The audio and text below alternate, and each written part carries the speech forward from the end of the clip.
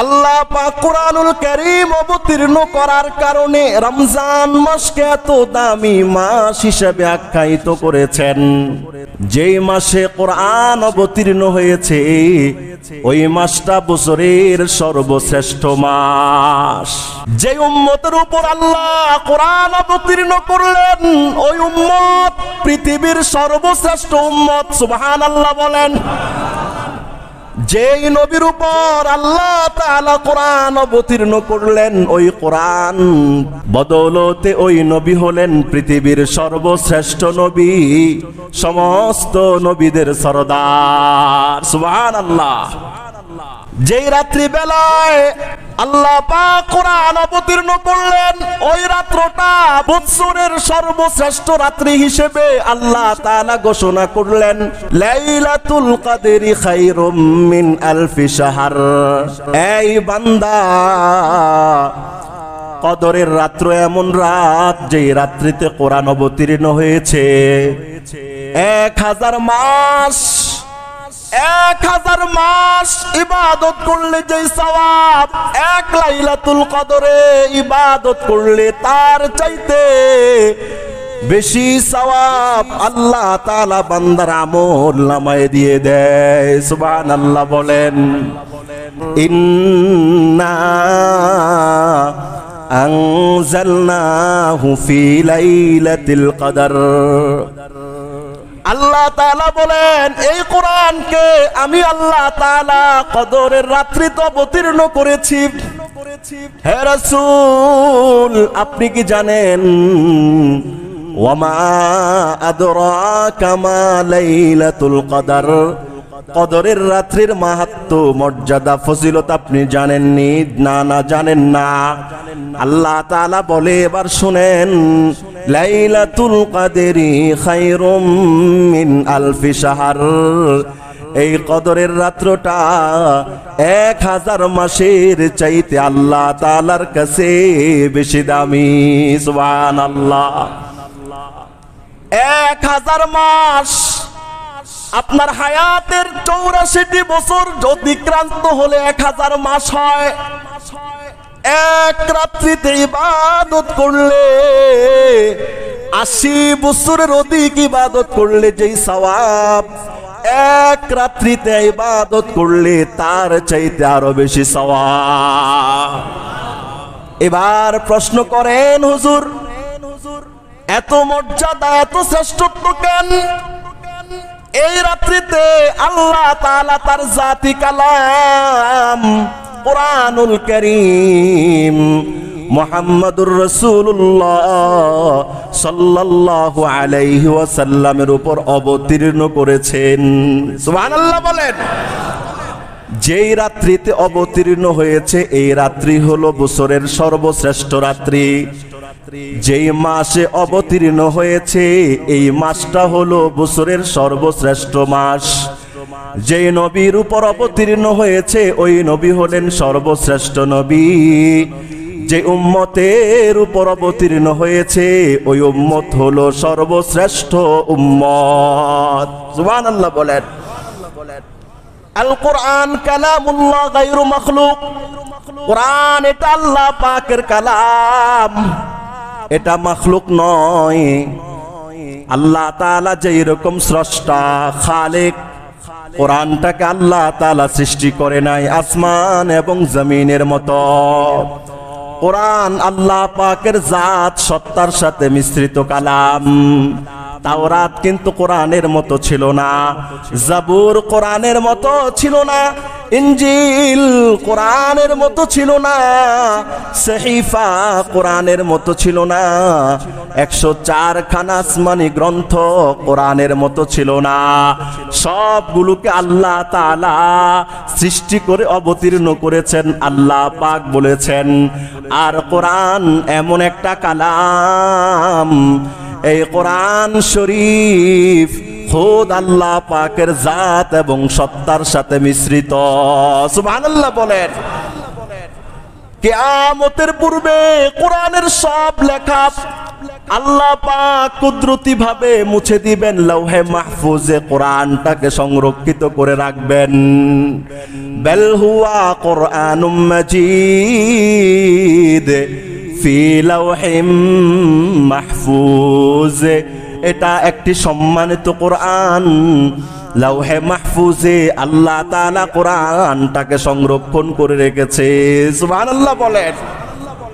আমাদের মহান মালিক অনন্ত অসীম প্রেমময় রব্বুল আলামিন আজকের পবিত্রতম জুমার দিনে আমাকে, আপনাকে, আমাদের সবাইকে এই জান্নাতের টুকরা বাগানে একত্রিত হওয়ার তৌফিক দান করলেন। আমরা সবাই আল্লাহ পাকের আলিশান শাহী দরবারে অন্তরের অন্তঃস্থল থেকে কালিমাতুশ শুকরিয়া জ্ঞাপন করছি। সবাই বলুন আলহামদুলিল্লাহ। মুহতারাম হাজিরিন, আমি আপনাদের সমীপে পবিত্র কোরআনুল কারীমের সর্ববৃহৎ সূরা সূরাতুল বাকারার 185 নম্বর আয়াতে কারিমা তিলাওয়াত করেছি। রব্বুল আলামিন এই আয়াতের নূর বারাকাত আমাদের সবাইকে নসিব করুক। সবাই বলুন আমিন। সূরাতুল বাকারার 185 নম্বর আয়াতে আল্লাহ তাআলা বললেন, শাহরু রমাদানাল্লাযী উনজিলা ফীহিল কুরআন। রমজান মাস এমন একটি মাস যেই মাসে কোরআনুল কারীম অবতীর্ণ হয়েছে। সুবহানাল্লাহ বলেন।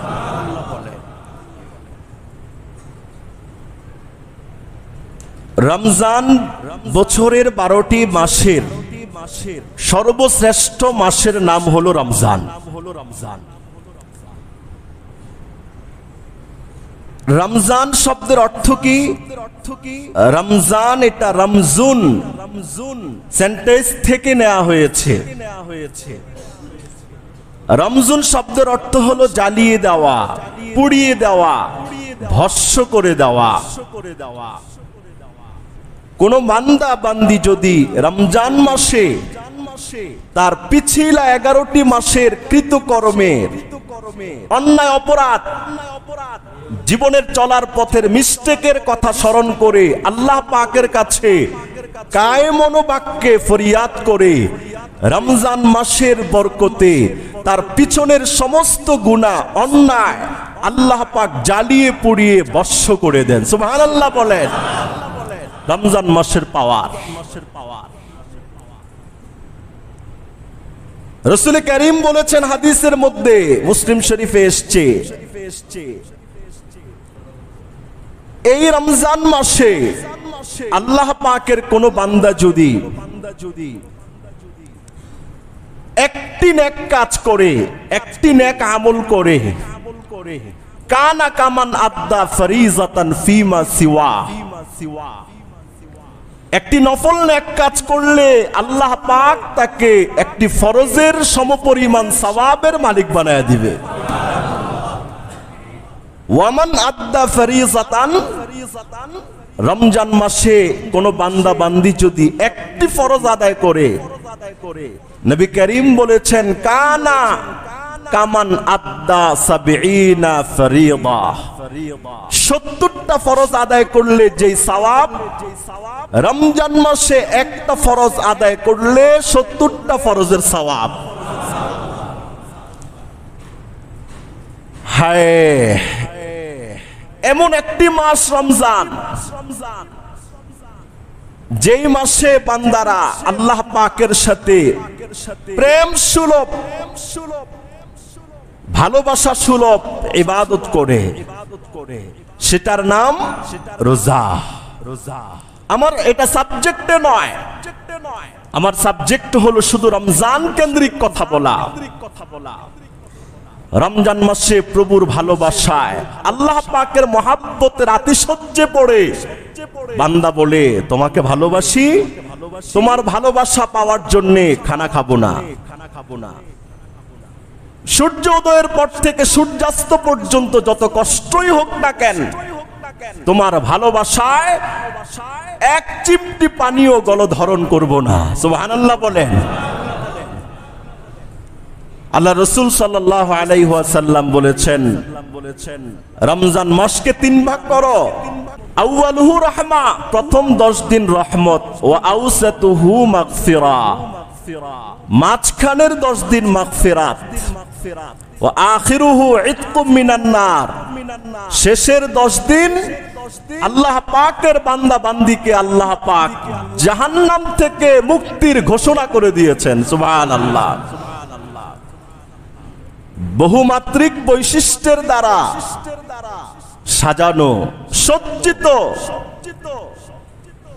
রহমত, বরাকাত, মাগফিরাতের চাদর দিয়ে এটাকে আল্লাহ পাক সৌন্দর্যমণ্ডিত করলেন। যেই মাসটিকে, ওই মাসের নাম রমাদান।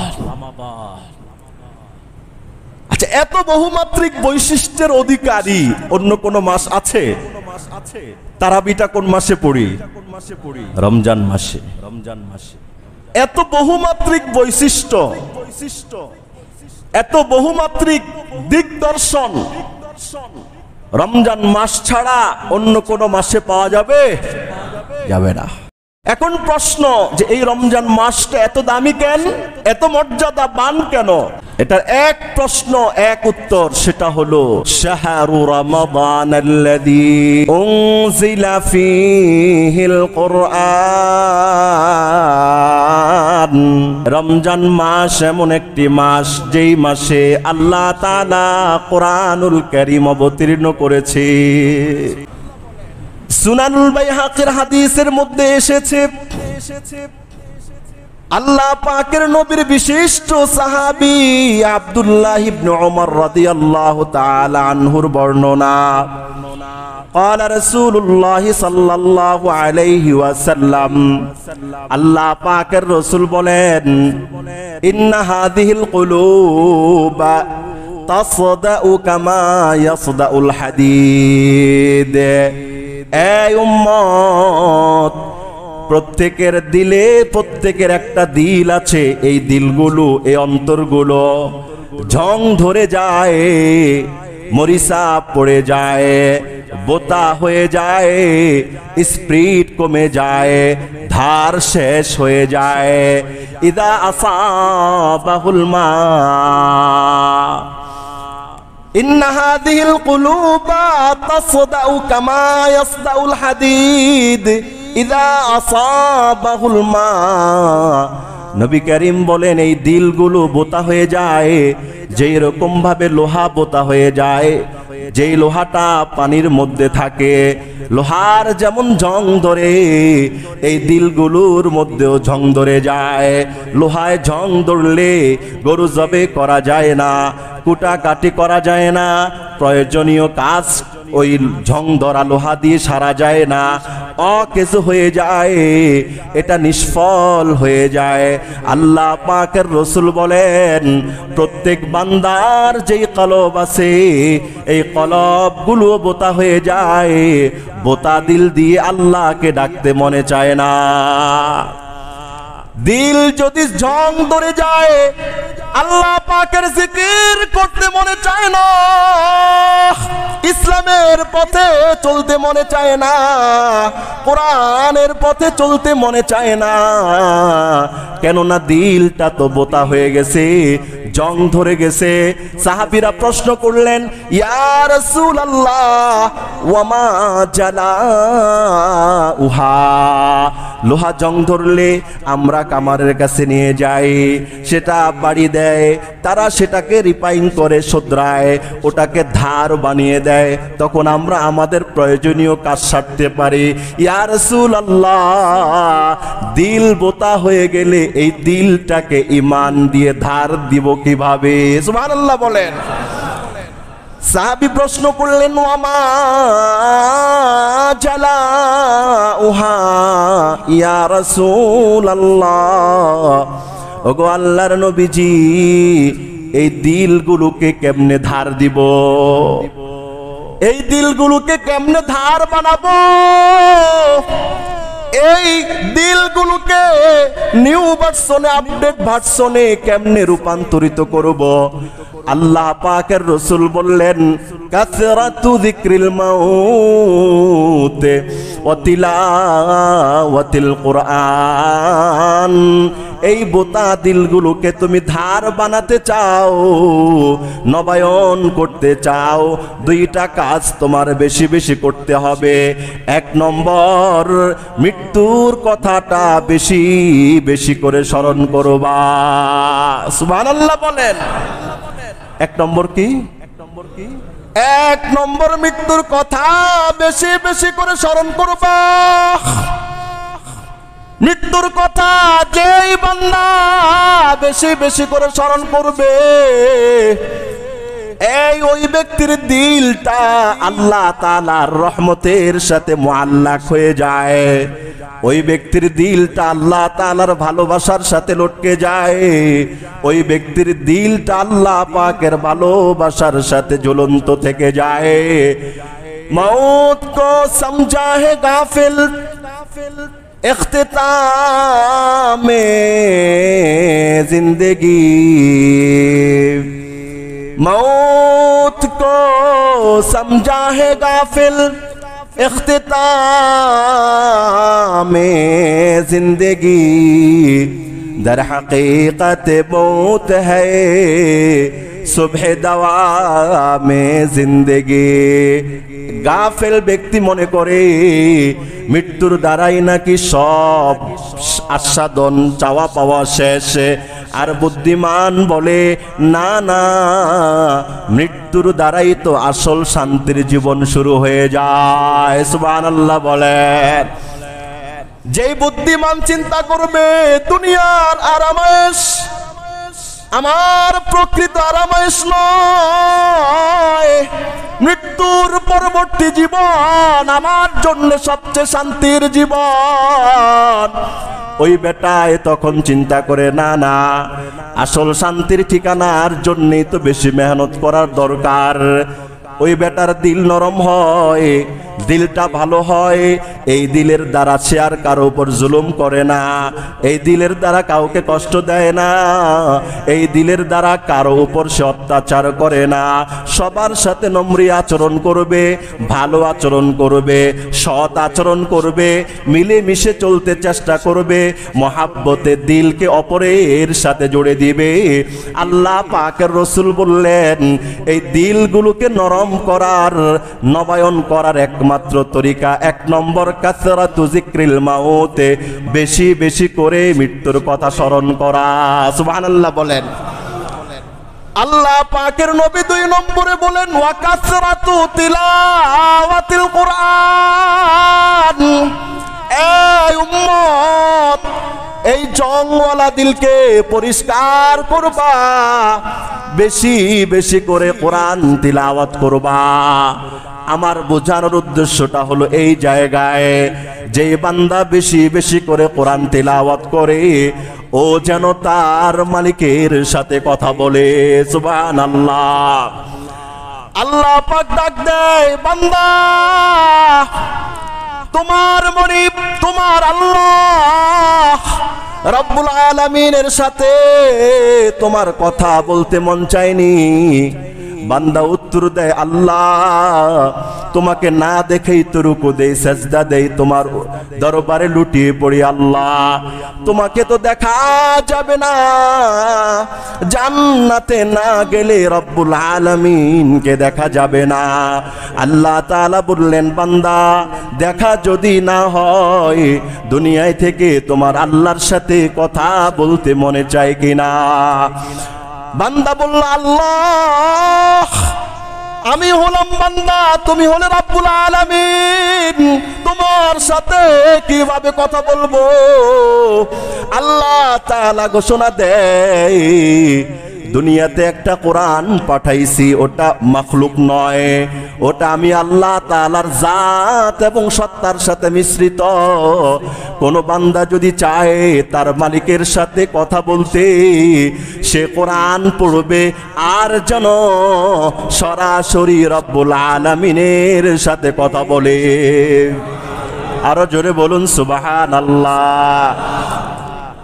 এই বান্দা, মায়ের সাথে কথা বললে এক মজা, বাবার সাথে কথা বললে এক মজা, ছেলের সাথে কথা বললেও মজা লাগে, মেয়ের সাথে কথা বললেও মজা লাগে, বউয়ের সাথে কথা বললেও মজা লাগে, বন্ধুর সাথে কথা বললেও মজা লাগে, প্রিয় মানুষদের সাথে কথা বললেও মজা লাগে, নেতার সাথে কথা বললে কর্মীর মজা লাগে। এই দুনিয়ার কথার এত মজা বুঝলা, আল্লাহর সাথে কথার মজা তো তুমি বুঝো না। এই জন্য সবার সাথে কথা বলে মজা পাও, কথা বলো, কথা ছাড়ো না। আল্লাহর সাথে কথা বলে মজা পাও না, এই জন্যে বান্দা কোরআন ধরে চায় না, কোরআন পড়ে না। চিল্লা বলুন ঠিক না বেঠিক? বান্দা আল্লাহ পাকের সাথে ওই সময় কথা বলে যখন বান্দা কি করে, কোরআন পড়ে। এই জংওয়ালা দিলগুলোকে জং মুক্ত করার জন্যে একটা স্পেশাল মাস, ওই মাসের নাম হলো রমাদান। সুবহানাল্লাহ বলেন। সব সময় তো কোরআন তিলাওয়াত করব, এটার মধ্যে সন্দেহ নাই, কিন্তু যেই মাসে কোরআন শরীফ অবতীর্ণ হয়েছে, যেই কোরআনের কারণে আমি শ্রেষ্ঠ, আপনি শ্রেষ্ঠ, রমজান মাস শ্রেষ্ঠ, যেই কোরআনের কারণে শবে কদর শ্রেষ্ঠ, যেই কোরআনের কারণে মুহাম্মদুর রাসূল শ্রেষ্ঠ, এই কোরআন যেই মাসে অবতীর্ণ হয়েছে, এই মাসে কোরআনুল কারীম বেশি বেশি তিলাওয়াত করা একজন মুমিন মুসলমানের ইমানি দায়িত্ব। ঠিক না বেঠিক কথা বলেন? ইমানি দায়িত্ব। আল্লাহ পাকের রাসূল হযরত আবু সাঈদ খুদরি রাদিয়াল্লাহু তাআলা আনহুর বর্ণনা, সুনানুদ দারিমি হাদিসের কিতাবের মধ্যে এসেছে, قال رسول الله صلى الله عليه وسلم, আল্লাহ তাআলার রাসূল বললেন, মান শাগালাহুল কুরআন, قال الله تعالى, আল্লাহ বলে, আমার কোন বান্দা কোরআন পড়তে পড়তে যদি আমার জিকির না করে, এত কোরআন পড়তে পড়তে ব্যস্ত যে কোরআন পড়তেই তার ভাল লাগে, কোরআন পড়ে কিন্তু একটু জিকির করে না, তেলাওয়াতে কোরআনের কারণে আমি আল্লাহ তাআলার কাছে চাই না। আল্লাহ তাআলা বলেন, আতাইতুহু মা উতিয়াস সাইলিন, আমি আল্লাহর দরবারে প্রার্থনাকারীরা প্রার্থনা করে যা পায়, যেই বান্দাটা প্রার্থনা না করে কোরআন পড়ে, আমি আল্লাহ তাআলা তার চাইতে বেশি তাকে দান করে দিব। আল্লাহ পাক বলেন, ওয়াফাদলু কালামিল্লাহ আলা সাইরিল কালাম, এই বান্দা, আল্লাহ পাকের কালামের মর্যাদা দুনিয়ার সমস্ত কালামের উপর কেমন? কাফাদলিল্লাহি আলা খালকিহি, আল্লাহ পাকের শ্রেষ্ঠত্ব সমস্ত মাখলুকের উপর যেমন, আল কোরআনুল কারীমের শ্রেষ্ঠত্ব সমস্ত আসমানের উপর, আসমানি গ্রন্থের উপরও তেমন। জোরে বলুন সুবহানাল্লাহ। শারহুস সুন্নাহ হাদিসের কিতাবে এসেছে, বিশিষ্ট সাহাবী আব্দুর রহমান ইবনে আউফ রাদিয়াল্লাহু তাআলা আনহুর বর্ণনা, রাসূলুল্লাহ সাল্লাল্লাহু আলাইহি ওয়াসাল্লাম বলেছেন, সালাসাতুন তাহতাল আরশি ইয়াউমাল কিয়ামাহ, তিনটা বিষয় কিয়ামতের দিন আল্লাহ তাআলার আরশে আজিমের নিচে জায়গা পাবে। কয়টা বিষয়? সালাসাতুন তাহতাল আরশি ইয়াউমাল কিয়ামাহ, তিনটা বিষয় কিয়ামতের দিন আরশের নিচে জায়গা পাবে। এক নম্বর, আল কোরআন ইউহাজ্জুল ইবাদ লাহু যাহরুন ওয়া বাতনুন, এক নম্বর কোরআন আরশের নিচে জায়গা পাবে। এই কোরআনের একটা অভ্যন্তরীণ দিক আছে, একটা বাহ্যিক দিক আছে। কোরআন আল্লাহ তাআলার দরবারে বান্দার পক্ষে সুপারিশ করবে, অথবা বান্দার বিপক্ষে গ্রেফতারি পরোয়ানার জন্য ফরিয়াদ করবে। যেই বান্দা কোরআন ভালোবাসবে, কোরআন নিয়ে মরবে, কোরআন নিয়ে বাঁচবে, কিয়ামতের দিন এই কোরআন আল্লাহর কাছে কোরআনকে ভালোবাসনেওয়ালার জন্য সুপারিশ করবে। আয় আল্লাহ, এই বান্দাকে তুমি মাফ করে দাও। ওর যৌবনে, ওর হায়াতে, ওর জীবনে কোরআন ভালোবাসছে, কোরআনওয়ালাকে ভালোবাসছে, কোরআনের মাদ্রাসাকে ভালোবাসছে, কোরআনের কথা যারা বলে তাদেরকে ভালোবাসছে। চাই আমাদের ভালো লাগুক, খারাপ লাগুক, কিন্তু সে কোরআনকে অত্যন্ত শ্রদ্ধা, ভক্তি, ভালোবাসার সাথে ভালোবেসেছে। আল্লাহ তাআলার কাছে কোরআন ফরিয়াদ করবে, আয় আল্লাহ এই বান্দাকে মাফ করে দাও। সুবহানাল্লাহ বলে। আর যে বেটা কোরআনকে পছন্দ করত না, হায়াতের সাথে কোরআন মিলায় নাই, জীবনের সাথে কোরআন মিলায় নাই, বাস্তবতার সাথে তার জীবনে কোরআনের সাথে কোনো মিল খুঁজে পাওয়া যায় নাই। আল্লাহ তাআলা রাসূল বললেন, কিয়ামতের দিন আল্লাহ পাকের কাছে ওই ব্যক্তির বিরুদ্ধে অভিযোগ করবে, আল্লাহ কেমনে তুমি তারে জান্নাতে দিবা? সে আমাকে ডিনাই করেই তো দুনিয়ার জীবনটা কাটাইল, যৌবন কাটাইছে, আমার মহাব্বত তার দিলে ছিল না, বাল্যকাল কাটাইছে, আমার মহাব্বত তার দিলে ছিল না, বুড়াকাল কাটাইছে, আমার মহাব্বত তার দিলে ছিল না। আয় আল্লাহ তাআলা, যার দিলে আমি কোরআনের মহাব্বত নাই, সে কোনোদিন জান্নাতে যেতে পারে না। নাউজুবিল্লাহ বলেন। আল্লাহ রাসূল বললেন, ওয়াল আমানাত ওয়ার রাহিম, আমানত এবং আত্মীয়তার সম্পর্কের বাঁধন, তুনাদি ইয়াউমাল কিয়ামাহ, কিয়ামতের দিন আল্লাহ পাকের কাছে ফরিয়াদ করবে, আলা মান ওয়াসালানি ওয়াসালাহুল্লাহ। আমানত বলবে, আমানত মানি আপনার আমানত আমার কাছে, আমার আমানত আপনার কাছে, জনগণের আমানত সরকারের কাছে, সরকারের আমানত জনগণের কাছে, মায়ের আমানত সন্তানের কাছে, সন্তানের আমানত মায়ের কাছে, স্বামীর আমানত স্ত্রীর কাছে, স্ত্রীর আমানত স্বামীর কাছে, নেতার আমানত কর্মীর কাছে, কর্মীর আমানত নেতার কাছে, মুসল্লির আমানত ইমামের কাছে, ইমামের আমানত মুসল্লির কাছে। এই আমানত ওয়ার রাহিমু, আত্মীয়তার সম্পর্ক, এটাও আরশে আজিমের নিচে ছায়া পাবে। কিয়ামতের দিন চিৎকার করে আমানত বলবে, আলা মান ওয়াসালানি ওয়াসালাহুল্লাহ। আয় আল্লাহ তাআলা দুনিয়াতে আমানত রক্ষা করেছে, আত্মীয়তার সম্পর্ক যারা রক্ষা করেছে, আজকে তুমি তাদেরকে তোমার মহাব্বতের সাথে লাগায়া দাও। সুবহানাল্লাহ বলেন। 2 নম্বরে বলবে, ওমান কাতানি কাতাহুল্লাহ। আয় রব্বুল আলামিন, দুনিয়াতে যারা আমানত রক্ষা করে নাই, আত্মীয়তার সম্পর্ক রক্ষা করে নাই, আজকে তারা কোনোভাবেই তোমার রহমতের ছায়ায় থাকতে পারে না। ওদেরকে উত্তপ্ত ময়দানের উপর ছেড়ে দাও। আল্লাহ তাআলার কাছে যখন ফরিয়াদ করবে, উত্তপ্ত ময়দানের মধ্যে তাদেরকে ছেড়ে দেওয়া হবে।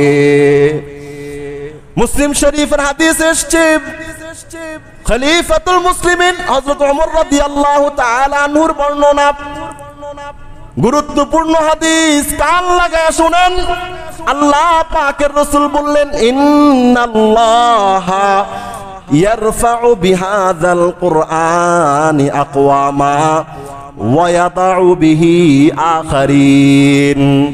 আল্লাহ তাআলা এই কোরআনের মাধ্যমে কোন জাতি, কোন সম্প্রদায়, কোন গোষ্ঠীকে মর্যাদার উচ্চ শিখরে সমাসীন করেছেন। কাদেরকে করেছেন?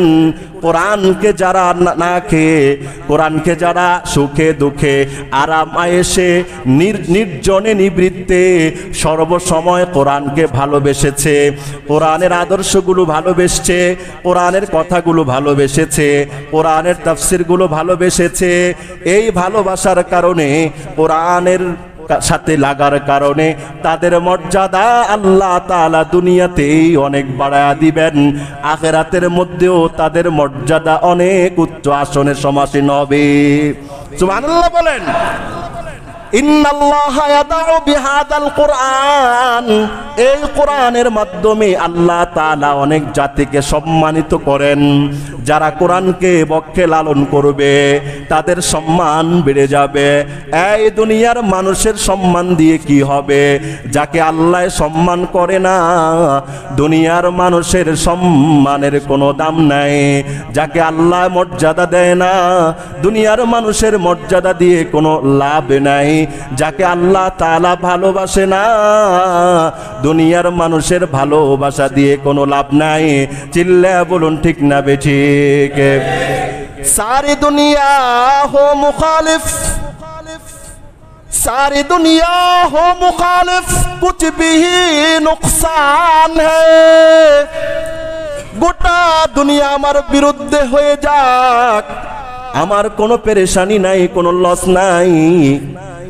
गम नहीं है, डर नहीं है, जब खुदा रहमान है। দুনিয়ার সবাই আমার বিরোধিতা করুক, আমার বিরুদ্ধে লেগে যাক, কোনো আফসোস নাই, কোনো টেনশন নাই, কোনো ভয় নাই, কোনো দুশ্চিন্তা নেই। জব খুদা রহমান হ্যায়, বান্দা বলে আল্লাহ দুনিয়ার মানুষের বিরোধিতার চোখে পড়ে গেলাম, আয় আল্লাহ তোমার জন্যই পড়লাম। সুবহানাল্লাহ বলেন। দুনিয়ার মানুষের চোখে পড়ে গেলাম, আয় আল্লাহ বিরোধিতা করে, চাকরি খেয়ে দেওয়ার ভয় দেখায়, এলাকা থেকে বের করে দেওয়ার ভয় দেখায়। আয় আল্লাহ কোনো টেনশন নাই, কোনো দুশ্চিন্তা নাই, কোনো পরোয়া নাই। তোমার জন্যই যদি সব ছাড়তে হয়, আমি বান্দা আপনি বান্দা, আয় আল্লাহর কাছে ফরিয়াদ, তোমার জন্যে সব কিছুকে ছাড়তে রাজি আছি। সুবহানাল্লাহ বলেন। মাল্লাহুল মাওলা ফালাহুল কুল, মান কানা লিল্লাহি কানাল্লাহু লাহু। যে আল্লাহর হয়ে যাবে, আসমান জমিন দু জাহানের বাদশাহী তার মালিকানায় চলে আসবে। ওয়ামান কানাল্লাহ ওয়ামান কানা লিল্লাহি কানাল্লাহু লাহু। যে আল্লাহর হয়ে যাবে, আল্লাহ তার হয়ে যাবে। সুবহানাল্লাহ বলে। তুমি দুনিয়ার সব কিছু পাইছো, তবে আল্লাহকে পাও নাই, তুমি কিছুই পাও নাই।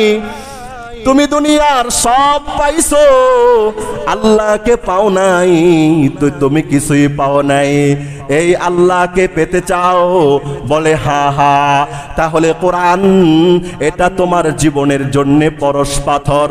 কোরআনের পরশে আসলেই তুমি সোনা হয়ে যাবে, আর সোনা হয়ে গেলে তুমি দুনিয়াতেও দামি, আখিরাতের মধ্যেও দামি। সুবহানাল্লাহ। তুমি দুনিয়ার সব পাইছো, তবে আল্লাহকে পাও নাই, তুমি কিছুই পাও নাই।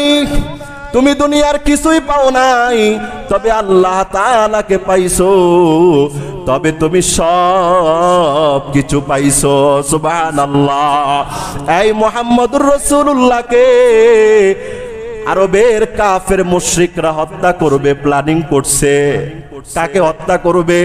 মুহাম্মদুর রাসূলুল্লাহকে, যার ব্যাপারে আল্লাহ তাআলা বলেন ওয়ামা আরসালনাকা ইল্লা রাহমাতাল লিল আলামিন। নবী হে, আমি আপনাকে গোটা আসমান জমিন নবমণ্ডল ভূমণ্ডলের রহমত পাঠাইছি।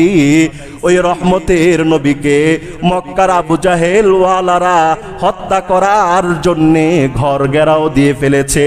প্ল্যানিং 100 যে মুহাম্মদকে ঘর থেকে বের করে হত্যা করবে। আল্লাহ তাআলার শাসিম থেকে সব কিছু দেখছেন। হায়, যাকে রহমাতুল লিল আলামিন বানায়া দুনিয়াতে পাঠাইলাম, এই অকৃতজ্ঞ জাতি বুঝলি না? আমার নবী তোদের প্রতি সেকেন্ডের জন্য রহমতের নবীকে হত্যা করবে। নবী করিম কোরআন তেলাওয়াত করছেন। আবু বকরকে সাথে নিয়ে নবী করিম বের হয়ে গেছে। শত শত কাফের তাকিয়েছিল, সব লকেট দেওয়া ছিল, কিন্তু মুহাম্মাদুর রাসূলুল্লাহকে কাফেররা এক চিমটির জন্য দেখতে পারে না। সুবহানাল্লাহ। ফাগশাইনাহুম ফাহুম লা ইউবসিরুন। এই নবী, আপনি আল্লাহ পাকের কোরআন তিলাওয়াত করেন। কোরআন তিলাওয়াত করতে করতে বেরিয়ে যাবেন, হাজার হাজার কাফেরের চোখগুলোকে আমি পর্দা দিয়ে দিব, আপনাকে তারা মারতে পারবে না। আবু বকর এবং মুহাম্মদুর রাসূলুল্লাহ গর্তের মধ্যে, গুহার মধ্যে আশ্রয় নিলেন। আবু বকর টেনশন, ইয়া রাসূলুল্লাহ, ওই যে আওয়াজ শোনা যায়, কাফেররা তো কাছাকাছি চলে আসছে, আমাদেরকে পাইলে তো জায়গায় হত্যা করে ফেলবে। আল্লাহ তাআলা আবু বকরকে, আল্লাহ তাআলার নবী আবু বকরকে সান্ত্বনা দেয়, আবু বকর তুমি আর আমি দুইজন, আল্লাহু সালিসুনা, আমাদের দুইজনের সাথে তৃতীয় জন তো আল্লাহ আছে। যার সাথে আল্লাহ আছে, দুনিয়ার সবাই বিরোধিতা করলেও তার কোনো টেনশন নাই। সুবহানাল্লাহ। सारी दुनिया हो मुखालिफ, कुछ भी नुकसान है, गम नहीं है, डर नहीं है, जब खुदा रहमान है। এই মুরব্বী বাবারা, আসুন সংকল্প করে কোরআন প্রতিদিন তেলাওয়াত করব, অবসর সময় কোরআন তেলাওয়াত করব, আল্লাহর সাথে কথা বলবো। প্রতিদিন তো বিবির সাথে কিছু কথা হয়, প্রতিদিন তো ছেলের সাথে কিছু কথা হয়, মেয়ের সাথে কিছু কথা হয়, বন্ধু বান্ধবদের সাথে কথা হয়, দায়িত্বশীল কলিগদের সাথে কথা হয়। এবার মনকে একটু প্রবোধ দাও যে কোরআনের ওসিলায় শ্রেষ্ঠ নবী পাইলা, যে কোরআনের ওসিলায় শ্রেষ্ঠ উম্মত হইলা। সারাদিন কত মানুষের সাথে কথা বলো, তোমার মালিকের সাথে একটু কথা বলতে গিয়ে তোমার মনে চায় না। এটা চিন্তা করলে দিল বলবে, সবার সাথে কথা বললে যেমন মজা, আল্লাহর সাথে কথা বললে তার চাইতে আরো বেশি মজা পাওয়া যায়। আল্লাহু আকবার। প্রত্যেকটা মুমিনের হৃদয়ে তখন তার মধ্যে বুঝ আসবে না, আমি কিছু সময় প্রতিদিন নির্জনে আল্লাহ তাআলার সাথে কথা বলে বান্দা এবং মালিকের ভালোবাসার সম্পর্কটাকে আরো গাঢ় করব। আবার রমজান আসতেছে, রমজানে সবচেয়ে বেশি কোরআন তিলাওয়াতে নিমগ্ন থাকব, কেননা রমজানের বরকত কোরআনের কারণে। আমরা যেহেতু ইমানদার, কোরআনকে মহাব্বত করি, প্রস্তুতি নেই। আল্লাহ তাআলা যদি বাঁচিয়ে রাখে, কমপক্ষে 30 পারা কোরআন একবার হলেও রমজান মাসে খতম করব ইনশাআল্লাহ। বলেন, একবারের জন্য হলেও 30 দিন 29 দিন আমরা কোরআনুল কারীম এক খতম দেব ইনশাআল্লাহ। রাজি? সবাই রাজি ইনশাআল্লাহ? নিয়ত করি। এক খতমের কথা বললাম, এখানে অনেক আল্লাহর বান্দা আছে 4 খতম 5 খতমও দেয়, অনেক মা বোনরা আছে 5 খতম 7 খতমও দেয়। আমরা প্রত্যেকে সংকল্প করি মিস যেন না হয়ে যায়। কোরআনের মাসে কোরআন তিলাওয়াত করার দ্বারাই এটার মর্যাদা, শ্রেষ্ঠত্ব, মূল্যায়ন ফুটে উঠবে। আল্লাহ আমাদের সবাইকে রমজান মাসে বেশি বেশি করে কোরআন তিলাওয়াত করে মালিকের সাথে সম্পর্ক, ভালোবাসা তৈরি করার তৌফিক দান করুক। সবাই বলুন আমিন। ওয়া আখিরু দাওয়ানা আলহামদুলিল্লাহি রাব্বিল আলামিন।